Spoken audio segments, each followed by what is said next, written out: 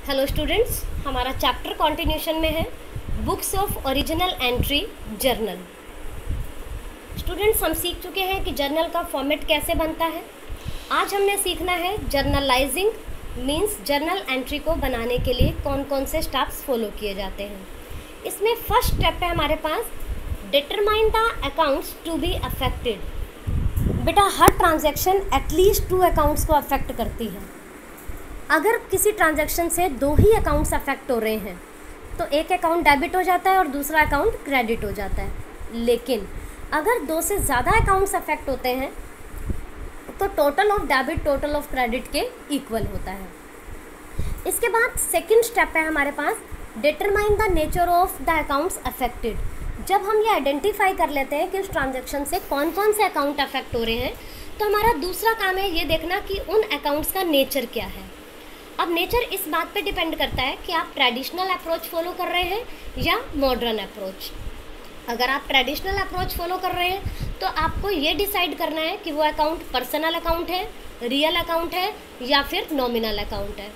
और अगर आप मॉडर्न अप्रोच फॉलो कर रहे हैं तो फिर आपको ये देखना है कि वो अकाउंट एसेट अकाउंट है, एक्सपेंस अकाउंट है, लायबिलिटी अकाउंट है, कैपिटल अकाउंट है या फिर रेवेन्यू अकाउंट है।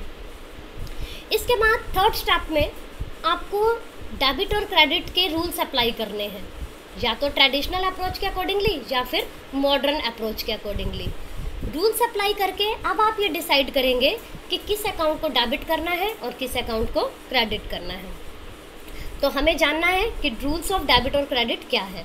जैसे कि मैंने आपको बताया, डेबिट और क्रेडिट के रूल्स 2 अप्रोचेस होती हैं, एक तो ट्रेडिशनल अप्रोच और दूसरा मॉडर्न अप्रोच। पहले हम बात कर रहे हैं ट्रेडिशनल अप्रोच की। ट्रेडिशनल अप्रोच के अकॉर्डिंगली अकाउंट्स को 3 पार्ट में डिवाइड किया गया है, पर्सनल अकाउंट, रियल अकाउंट और नॉमिनल अकाउंट्स। पर्सनल अकाउंट जो कि पर्सन से रिलेटेड होते हैं, चाहे वो नेचुरल पर्सन्स हो, चाहे वो आर्टिफिशियल पर्सन्स हो, चाहे वो रिप्रेजेंटेटिव पर्सन्स हो। इसी तरीके से रियल अकाउंट एसेट से रिलेटेड है, वो टेंजिबल और इनटेंजिबल हो सकते हैं। Nominal account expenses, losses, incomes और गेन से रिलेटेड हो सकते हैं। इन तीनों अकाउंट्स के जो 3 रूल्स हैं, इन्हें अकाउंटेंसी या अकाउंटिंग में गोल्डन रूल्स के नाम से भी जाना जाता है। इवन आज भी कंपनीज में इंटरव्यू के टाइम ये क्वेश्चन पूछा जाता है कि अकाउंटेंसी के 3 गोल्डन रूल्स कौन से हैं, क्योंकि ये बेसिक है अकाउंट्स का। तो देखिए, सबसे पहले पर्सनल अकाउंट का rule, debit the receiver and credit the giver. Means कि आपको बिजनेस के पॉइंट ऑफ व्यू सोचना है। अगर बिजनेस के पॉइंट ऑफ व्यू कोई पर्सन रिसीव कर रहा है तो उसे आप डेबिट करेंगे, और अगर कोई पर्सन दे रहा है तो उसे आप क्रेडिट करेंगे। रियल अकाउंट का rule, debit what comes in and credit what goes out. जो चीज़ बिजनेस के अंदर आ रही है उसे डेबिट करेंगे, जो चीज़ बिजनेस से बाहर जा रही है उसे क्रेडिट करेंगे। Nominal account, debit all expenses and losses and credit all incomes and gains. सभी एक्सपेंसेस और लॉसेस को डेबिट करना है और सभी इनकम्स और गेन्स बिजनेस के पॉइंट ऑफ व्यू ही सोच करके उसे आपने क्रेडिट करना है। यहाँ आपको कुछ एग्जाम्पल्स दिए हुए हैं पर्सनल, रियल और नॉमिनल अकाउंट के।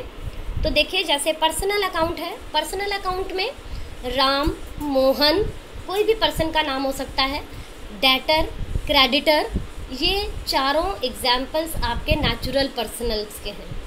इसी तरीके से bank, company, any other institution, ये आर्टिफिशियल पर्सनल अकाउंट के एग्जाम्पल हैं। Outstanding expense, prepaid expense, accrued income, unearned income, ये एग्जाम्पल्स आपके रिप्रेजेंटेटिव पर्सनल अकाउंट से रिलेटेड हैं। इसी तरीके से नेक्स्ट है हमारे पास रियल अकाउंट। रियल अकाउंट में आप देखिए, cash, land, building, plant, machinery, furniture, vehicles, ये आपके टेंजिबल रियल अकाउंट के एग्जाम्पल हैं। इसी तरीके से गुडविल, पेटेंट्स, कॉपीराइट्स, ट्रेडमार्क्स, ये इंटेंजिबल रियल अकाउंट के एग्जाम्पल हैं। इसमें एक चीज़ ध्यान देने वाली है कि बैंक का बैलेंस रियल अकाउंट में नहीं लिया, क्योंकि bank account personal account, artificial personal account की कैटेगरी में आता है। अब नॉमिनल अकाउंट की बात करते हैं। Salary paid, rent paid, interest paid, bad debts का मतलब होता है जो पैसा डूब जाता है, डिस्काउंट अलाउड, ये एक्सपेंसेस, लॉसेस से रिलेटेड एग्जाम्पल हैं। इसी तरीके से rent received, interest received, bad debts recovered. Bad debts recovered का मतलब होता है पिछला डूबा हुआ पैसा वापस मिल गया, तो वो बैड डेट्स रिकवर्ड हो गई। Bad debts recovered, commission received, ये आपके इनकम्स या गेन से रिलेटेड एग्जाम्पल है। इसी तरीके से दो और एग्जाम्पल लिखे हुए हैं। परचेजेस, परचेज एक्सपेंस होता है और सेल्स किसी भी बिजनेस की रेवेन्यू होती है। इसके अलावा और भी एग्जाम्पल्स हो सकते हैं, यहाँ कुछ एग्जाम्पल्स आपको दिए हुए हैं। अब हम बात करते हैं मॉडर्न अप्रोच की।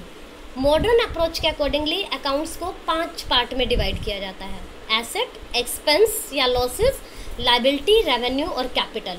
इनके 5 रूल्स होते हैं। इन रूल्स को मैंने 2 कैटेगरीज में डिवाइड कर दिया, इसलिए रूल 1 और रूल 2 लिख दिया। रूल 1 में मैंने लिखा कि एसेट और एक्सपेंस अगर इंक्रीज हो रहे हैं तो डेबिट होगा। आप देख रहे हो कि एरो इंक्रीज का बना हुआ है। और अगर एसेट या एक्सपेंस में कोई डिक्रीज हो रहा है, बिजनेस के पॉइंट ऑफ व्यू सोचना है, तो उसे हमने क्रेडिट कर देना है। लाइकवाइज रूल 2 में मैंने लिया लायबिलिटी, रेवेन्यू और कैपिटल।